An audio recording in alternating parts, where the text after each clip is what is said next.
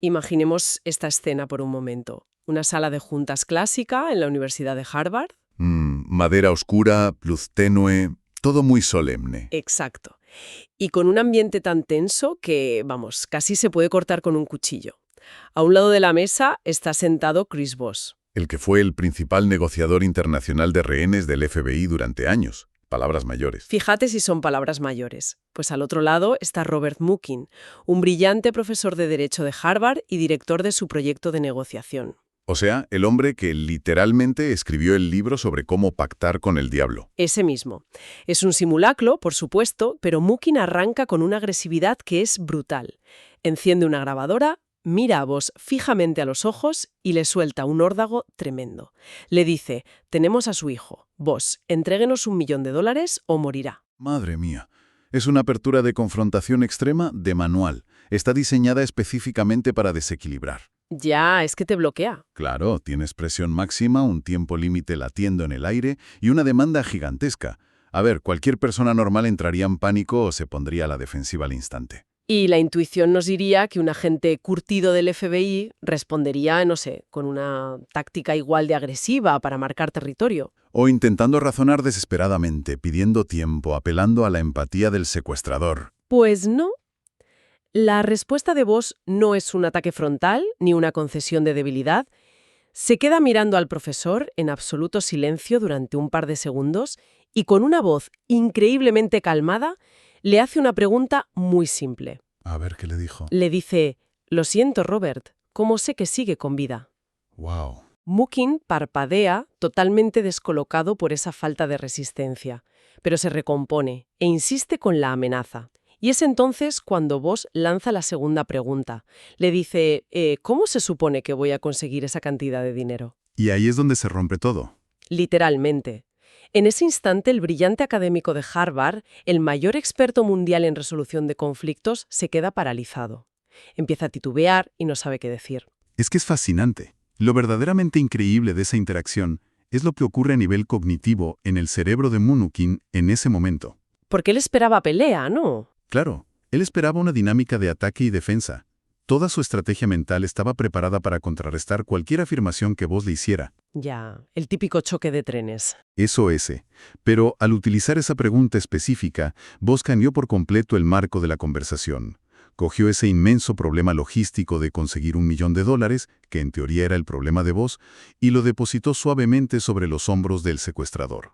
O sea, desarmó su agresividad obligándole a resolver el problema de su propia víctima. Es de locos. Totalmente. Y esa es precisamente la misión de nuestra inmersión de hoy. Exacto. Vamos a adentrarnos a fondo en los archivos y notas de campo de Chris Voss. Todo esto que plasma en su obra Rompe la barrera del no. Queremos traducir estas tácticas de vida o muerte a los conflictos diarios. Es vital desglosar la ingeniería exacta detrás de lo que el FBI llama preguntas calibradas. Para que cualquier persona que nos escuche pueda aplicar estas herramientas mañana mismo en ventas, liderando equipos o en negociaciones de contratos. Es como hacer judo verbal. Me gusta mucho esa analogía. ¿Verdad? En lugar de chocar contra la fuerza bruta del oponente, utilizas su propia energía argumentativa para desequilibrarlo a tu favor. Es muy precisa porque, requiere abandonar nuestro instinto básico de devolver el golpe. Y para entender por qué este judo verbal tiene una precisión matemática, primero tenemos que mirar por qué nuestra forma habitual de negociar fracasa casi siempre. Hay que levantar el capó de la mente, digamos. Exactamente. Tenemos que hablar de cómo funciona el cerebro ante un conflicto. Pues empecemos por ahí, porque yo diría que el error más común que cometemos en cualquier discusión, ya sea por un contrato millonario o por decidir a dónde vamos a cenar, es afirmar en lugar de preguntar. Sí, vamos por la vida soltando sentencias. Levantamos muros. Decimos cosas como, esto vale tanto, o las cifras están mal. Y ahí es vital introducir la arquitectura de nuestro cerebro.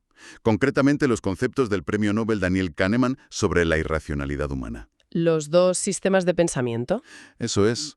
Kahneman explica que operamos bajo dos sistemas. El sistema 1, que es nuestra mente primitiva, emocional, rápida e instintiva. Su único trabajo es detectar amenazas. Vale, el de supervivencia pura. Claro. Y luego está el sistema 2, que es el deliberativo, el lento y el lógico. Pues bien, cuando alguien hace una afirmación categórica en medio de una discusión, no apela a la lógica, aunque los datos sean correctos. Ostras. O sea que tener razón no sirve de nada si lo afirmas de golpe. De nada. Lo que haces es disparar automáticamente el sistema 1 de la otra persona. El cerebro lo percibe como una amenaza física, como un ataque a su autonomía, y genera una reacción defensiva al instante. Pero, a ver, me surge una duda razonable pensando en el día a día. Imaginemos un entorno corporativo de alto nivel. Hay profesionales muy formados. Ajá, gente que en teoría sabe de esto. Exacto. Si alguien que lidera un equipo entra a una reunión y afirma tenemos que mejorar estos números para el trimestre porque perdemos cuota de mercado, es una afirmación lógica y basada en datos. Totalmente irrefutable. Entonces, ¿significa esto que a pesar de tener toda la razón del mundo, esa persona está saboteando su propia meta solo por hacer una afirmación en lugar de una pregunta? Absolutamente. Y esa es la tragedia de la comunicación corporativa tradicional. Madre mía, la de veces que habremos hecho esto mal. Miles de veces. Esa afirmación, por muy empírica que sea, suena a imposición pura y dura. El equipo asentirá con la cabeza, tomarán notas, pero por dentro su sistema 1 ha levantado los puentes levadizos. O sea, la amígdala ha detectado a un jefe autoritario y ha cerrado el grifo de la colaboración. Exacto, bloquea la creatividad. Ahora bien, la alternativa natural parecería ser hacer preguntas, sin más. Pero cuidado, porque no cualquier pregunta sirve. Claro, no es lo mismo preguntar si hace buen tiempo que otra cosa. Las preguntas cerradas, esas que se responden con un simple sí o un no, son completamente inútiles en una negociación. Requieren muy poco esfuerzo, ¿no? Poquísimo. Permiten que la otra persona mantenga su barrera defensiva intacta, cierran la conversación y no aportan ninguna información nueva. Y supongo que en el otro extremo tenemos las típicas preguntas abiertas genéricas. Esas de ¿qué opinas de esto? ¿O cómo lo ves? Esas son un peligro por otro motivo. Son tan amplias, tan carentes de límites, que la conversación pierde el foco inmediatamente y se diluye en vagadedes. No guían hacia ninguna solución. Para nada. Así que, si las afirmaciones construyen muros y las preguntas de sí o no son un callejón sin salida, la solución está en diseñar preguntas sin respuesta fija, pero con una dirección milimétrica. Y ahí entran las famosas preguntas calibradas del FBI. Justo ahí. Son interrogantes abiertos, no se pueden responder con un monosílabo, pero su genialidad es que obligan a la otra persona a utilizar su propia energía mental para solucionar tu problema. Les hace trabajar gratis, por así decirlo. Exactamente. Y al obligarles a hacer ese esfuerzo, se les otorga lo que en psicología llamamos la ilusión de control. Me encanta ese concepto. Ilusión de control. Es potentísimo. La persona que responde, como está hablando y articulando soluciones, siente que domina la sala, siente que tiene el poder porque está marcando los pasos. Pero en realidad, quien ha hecho la pregunta es quien tiene el control remoto de la situación. De forma casi invisible, ¿sí? Quien pregunta, dirige. Vale, pues vamos a la arquitectura exacta de estas preguntas porque supongo que no se trata de improvisar lo primero que se te pase por la cabeza. No, ¿qué va? La metodología es muy estricta sobre las palabras precisas que debemos emplear. Según los manuales, las mejores palabras para arrancar son siempre cómo y qué. Y a veces, rara vez, cuál. O sea, la estructura sería algo tan simple como cómo más verbo más tema. Es una fórmula de oro por su simplicidad. Pero ojo, saber qué palabras evitar a toda costa es igual de importante. Aquí es donde viene el campo de minas emocional, ¿verdad? Sí, hay una palabra absolutamente prohibida en cualquier negociación táctica: el por qué. Fíjate que esto es muy contraintuitivo. Desde que somos pequeños nos dicen que preguntar el porqué de las cosas es vital para aprender. ¿Por qué de repente se convierte en un error tan grave? Porque destruye la seguridad psicológica en milisegundos. En cualquier idioma o cultura, una pregunta que empieza por ¿por qué? Suena a acusación. Suena a que tienes que justificarte. Exacto. Es una exigencia. Imaginemos la diferencia monumental en la oficina entre preguntar ¿por qué hiciste este informe así? Frente a un ¿qué te impulsó a estructurar los datos de esta manera? Claro. La primera empuja a la persona contra la pared, siente que ha hecho algo mal y busca excusas. Y la amígdala se dispara.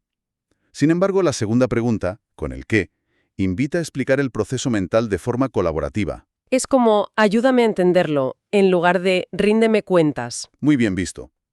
Históricamente, desde la infancia, Cuando nos preguntan por qué hemos hecho algo, suele ser la antesala de una bronca. Ya, ese instinto del niño preparándose para el castigo. Aunque, según los registros, hay una pequeña excepción táctica para usar el porqué, ¿verdad? Una especie de trampa argumentativa. Sí, hay una excepción muy elegante. Solo se usa cuando buscas que la otra persona defienda tu propia posición. A ver, explícanos eso con un ejemplo práctico. Imagina el mundo de las ventas corporativas. Alguien se reúne con un cliente potencial que ya tiene un proveedor desde hace años. Podría preguntarle suavemente, bueno, ¿y por qué ibais a cambiar a vuestro proveedor de toda la vida para probar con nuestro nuevo servicio? Ostras, al intentar responder a esa objeción que tú mismo has plantado, el cliente tiene que escarbar en sus propias quejas y acaba argumentando a tu favor. Exacto. El cliente se convence a sí mismo de que necesita tu servicio. Es un truco mental de primer nivel. De abrir la caja de herramientas de Chris Voss. Vamos a analizar las frases exactas que perfeccionó el FBI en situaciones límite. Preparado.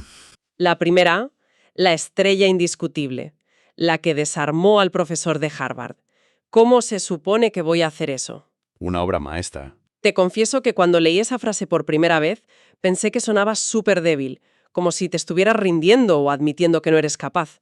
Pero luego ves los resultados y resulta que acorrala al adversario. ¿Por qué mostrarse así de vulnerable funciona como un arma? Pues precisamente porque desactiva el ego del que tienes enfrente. ¿Cómo se supone que voy a hacer eso? Es la forma más sofisticada de decir que no, sin pronunciar la palabra no jamás. Claro, decir no directamente genera un choque frontal instantáneo. Exacto. Pero cuando recibes una demanda inaceptable, ya sea un precio abusivo o un plazo imposible, y respondes con esa pregunta, usando un tono de voz deferente, casi pidiendo auxilio genuino. Obligas a la otra parte a frenar en seco su agresión. Les fuerzas a mirar la situación a través de tus propios límites logísticos o financieros. Conviertes tu problema en su problema. Y además, apelas a su ego, a ese deseo humano de sentirse superiores y de arreglarle la vida a los demás. Es fascinante. Hay otra pregunta que me pareció buenísima, sacada directamente de los manuales. ¿En qué sentido esto es importante para ti? Esa es la herramienta de extracción perfecta. En una mesa de negociación, la gente suele atrincherarse en posiciones muy superficiales. Como cuando alguien se empeña en una cifra y no se baja del burro. Imagina un proveedor que exige sí o sí un recargo del 20%. Esa es su posición superficial.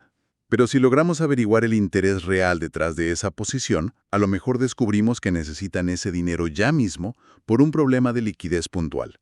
Y si descubres eso con la pregunta calibrada, le puedes ofrecer pagos por adelantado sin tocar el precio final. Le aportas un valor enorme a ellos sin que te cueste dinero a ti.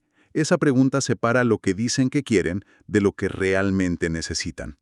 Otra que me gusta mucho para cambiar la dinámica es ¿cómo puedo contribuir a hacer que esto sea mejor para ambos? Es maravillosa para transformar la polaridad. Pasas de estar frente a frente atacándote a estar sentados en el mismo lado de la mesa mirando juntos hacia el problema. Conviertes a un adversario en un socio. Sí, diluyes la hostilidad por completo. Y para dar dirección cuando te quedas estancado, hay dos muy buenas. ¿Cómo le gustaría que procediéramos ahora? ¿O qué es lo que nos ha conducido hasta esta situación? Ambas le dan el volante del coche a la otra persona. Les fuerzas a definir qué es el éxito para ellos o analizar por qué algo ha fallado de forma objetiva. Sienten que mandan, pero en realidad el terreno de juego lo has delimitado tú con la pregunta. Exactamente. Lo que veo que subyace en todas estas frases es esa vulnerabilidad tan bien calculada. Al no sonar como una amenaza, el ego de la otra persona se relaja, no percibe un blanco al que atacar ni una afirmación que pueda rebatir. Esa es la clave comportamental sin duda. Pero si profundizamos en la neurociencia, en lo que sucede literalmente dentro del cráneo de quien intenta responder a estas preguntas, ahí está la verdadera magia de la técnica. Pues entremos en ese proceso celular. A ver, ¿qué ocurre exactamente cuando un cerebro procesa un cómo? Se produce un secuestro brutal de recursos atencionales.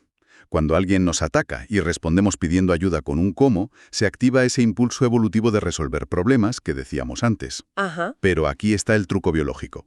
Para articular una respuesta lógica a un cómo, el cerebro tiene que trasladar toda la actividad eléctrica y el flujo sanguíneo de la amígdala, que es donde se genera la ira, Hacia la corteza prefrontal. eso es, hacia el centro del pensamiento lógico y la planificación.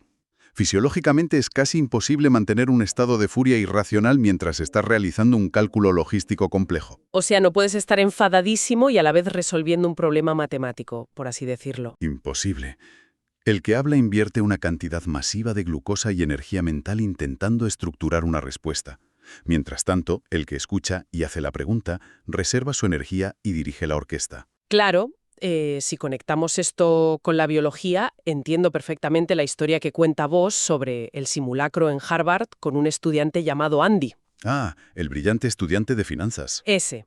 Andy venía súper preparado, con todos los trucos corporativos, los datos de mercado y las tácticas de presión. Su objetivo era destrozar el presupuesto de Boss. Pero Boss no le rebatió ni un solo número. Ni uno. Se limitó a hacerle las mismas preguntas abiertas una y otra vez, con un tono muy pausado. Le decía cosas como: lo entiendo, pero ¿cómo voy a hacer eso con el presupuesto que me han dado? Y claro, ¿qué le pasó a Andy? Pues que Boss lo agotó mentalmente. Fue un desgaste táctico increíble. El pobre estudiante tuvo que procesar tanta información buscando soluciones a los problemas de Boss que su cerebro se quedó sin combustible. Terminó cediendo hasta el último céntimo de su presupuesto, solo para aliviar la carga cognitiva de la conversación. Literalmente se rindió por agotamiento mental. En el FBI lo llaman desgaste mental táctico. Y además, ese desgaste reduce el ritmo cardíaco. Cuando la gente pierde el control discutiendo, adoptan una mentalidad de rehén, se vuelven agresivos. Pero al inyectarles la ilusión de control, se calman. Se calman porque su sistema 2 racional toma el mando, pero lo hace trabajando gratis para resolver nuestro problema. Hasta ahora, todo esto suena impecable en la teoría y en los pasillos de Harvard, pero la prueba de fuego es el mundo real, donde hay dinero o vidas en juego. Vamos a ilustrarlo con un caso extremo, un secuestro real en Ecuador. Un caso de estudio monumental, sí. El FBI interviene asesorando. Los secuestradores tienen a un hombre, José, y contactan con la familia pidiendo la friolera de $5 millones de rescate. Y el instinto, lo que vemos en las películas, es ponerse a gritar, a amenazar, a negociar durísimo. Exacto. Pero el FBI instruye a la esposa de José para que atienda las llamadas de una forma rarísima. Le dicen que no negocie cifras, que no suplique por la vida de su marido y que no argumente que no tienen el dinero. Solo puede usar preguntas calibradas. Su única tarea era esa. Cuando los secuestradores exigían los 5 millones, ella, con la voz temblorosa pero controlada, les respondía: ¿cómo sabemos que José sigue vivo? Y luego, ¿cómo se supone que podemos conseguir semejante cantidad de dinero sin que el banco alerte a la policía? Es que el resultado de esa aparente inacción es increíble. Los secuestradores entraron en cortocircuito. Se enfrentaron de repente a la imposibilidad de que ella consiguiera el dinero sin exponerlos. Tuvieron que empezar a pensar por ella. Y ante la incapacidad de resolver ese problema logístico que ella les planteaba constantemente con sus cómo y sus qués, su agresividad se esfumó. Terminaron negociando consigo mismos a la baja. De exigir $5 millones pasaron a aceptar cifras minúsculas. Es que el pago final incluyó cosas tan absurdas como un reproductor de CDs portátil. Se agotaron cognitivamente intentando hacer viable su propio secuestro. Un giro espectacular. Demuestra el poder brutal de desplazar la carga del problema. Pero vamos a trasladar ese secuestro de la amígdala a un entorno de oficina, que es más habitual.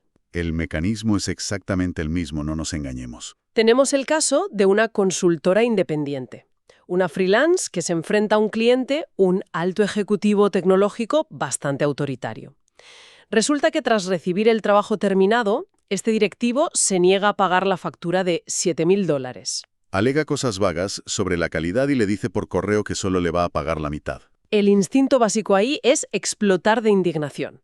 Exiges lo tuyo por contrato y amenazas con abogados inmediatamente. Lo cual habría sido un error estratégico enorme. ¿Por qué? Si ella tiene la razón legal. Porque si ella hubiera usado afirmaciones categóricas como «usted me debe este dinero porque el trabajo está entregado según el contrato», habría activado de golpe el sistema 1 del Ejecutivo. Claro, el ego entra en juego. El conflicto habría escalado a un punto muerto. El ego de un directivo así jamás le habría permitido ceder ante la amenaza de una freelance. Habría puesto a sus abogados a bloquear el pago indefinidamente, solo para demostrar quién manda. Hubiera sido una guerra de egos con mucho desgaste, pero en lugar de caer en esa trampa, ella diseña una serie de correos usando exclusivamente preguntas calibradas. A ver, ¿cómo lo hizo? A la negativa inicial responde con un simple ¿en qué sentido viola esta factura nuestro acuerdo original?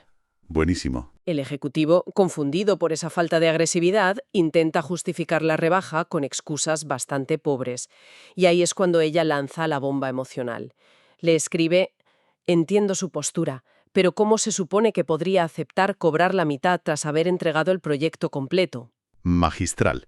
Al forzar al cliente a explicar los motivos técnicos de su negativa, mediante esas preguntas, expuso de forma transparente que no tenía ningún fundamento para no pagar. Claro, no podía responder a ¿en qué sentido viola esto el acuerdo sin admitir por escrito que se lo estaba inventando por puro capricho? Las preguntas le arrinconaron, pero, y esto es lo clave, le dejaron la puerta abierta para que él mismo tomara la decisión de pagar como si fuera un acto de buen liderazgo. La ilusión de control le permitió salvar su orgullo y autorizó el pago completo esa misma tarde. Pura ingeniería social. Totalmente. Pues habiendo demostrado cómo funciona esto en crisis de rehenes y en disputas de facturas que todos hemos sufrido, creo que es el momento de aterrizarlo del todo. Queremos que la audiencia se lleve esto a su escritorio mañana por la mañana. Vamos con aplicaciones prácticas muy concretas. Empecemos por las ventas. ¿Cómo evitamos convertirnos en ese clásico comercial agresivo que genera rechazo instantáneo? La regla número 1 en la psicología de ventas es no forzar jamás el sí. Buscar un sí prematuro pone a la gente a la defensiva al instante, porque sienten que les estás empujando un compromiso. Entonces, ¿qué hacemos? Indagar en el problema subyacente. Si un cliente duda, el peor error es afirmar. Por ejemplo, nuestro software es el más rápido del mercado. Lo que hay que preguntar es, ¿qué os impulsó a gestionar los datos de forma tan manual hasta ahora? ¿O qué es lo que no termináis de ver claro en nuestra propuesta? Exacto. Esas preguntas les dan la seguridad psicológica para expresar sus verdaderas objeciones, que son la barrera real para que compren. Y hay una táctica en los manuales que me dejó alucinada, para gestionar el temido momento en que un cliente desaparece por completo. El ghosting corporativo, Uy, sí, cuando dejan de responder a los correos y te entran ansiedad. que te lleva a mandar mensajes desesperados en plan, hola, solo quería retomar el contacto por si pudisteis mirar la propuesta. Un clásico que no funciona casi nunca.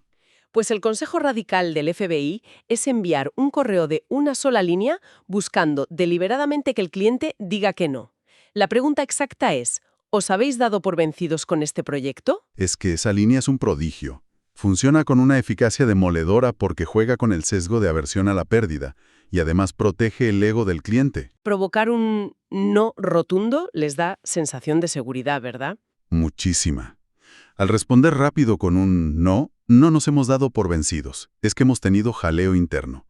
Son ellos mismos los que reabran el canal de diálogo. Salvan la relación sin sentirse presionados por un vendedor pesado. Me apunto esta táctica porque es oro. Y a ver, ¿cómo traducimos todo esto al liderazgo interno? Gestionar equipos y alinear a un departamento entero es tela. En liderazgo hay un axioma inquebrantable. Un sí no significa absolutamente nada sin un cómo. Obtener el compromiso verbal en una sala de reuniones es muy fácil.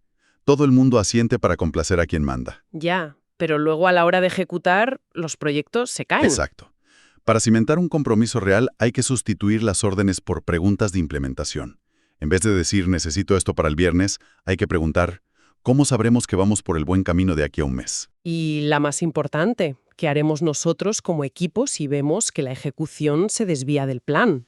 Si es el propio equipo quien diseña el cómo en voz alta, el cerebro asimila el plan como una creación propia. Se apropian de la responsabilidad. Y el nivel de compromiso se multiplica.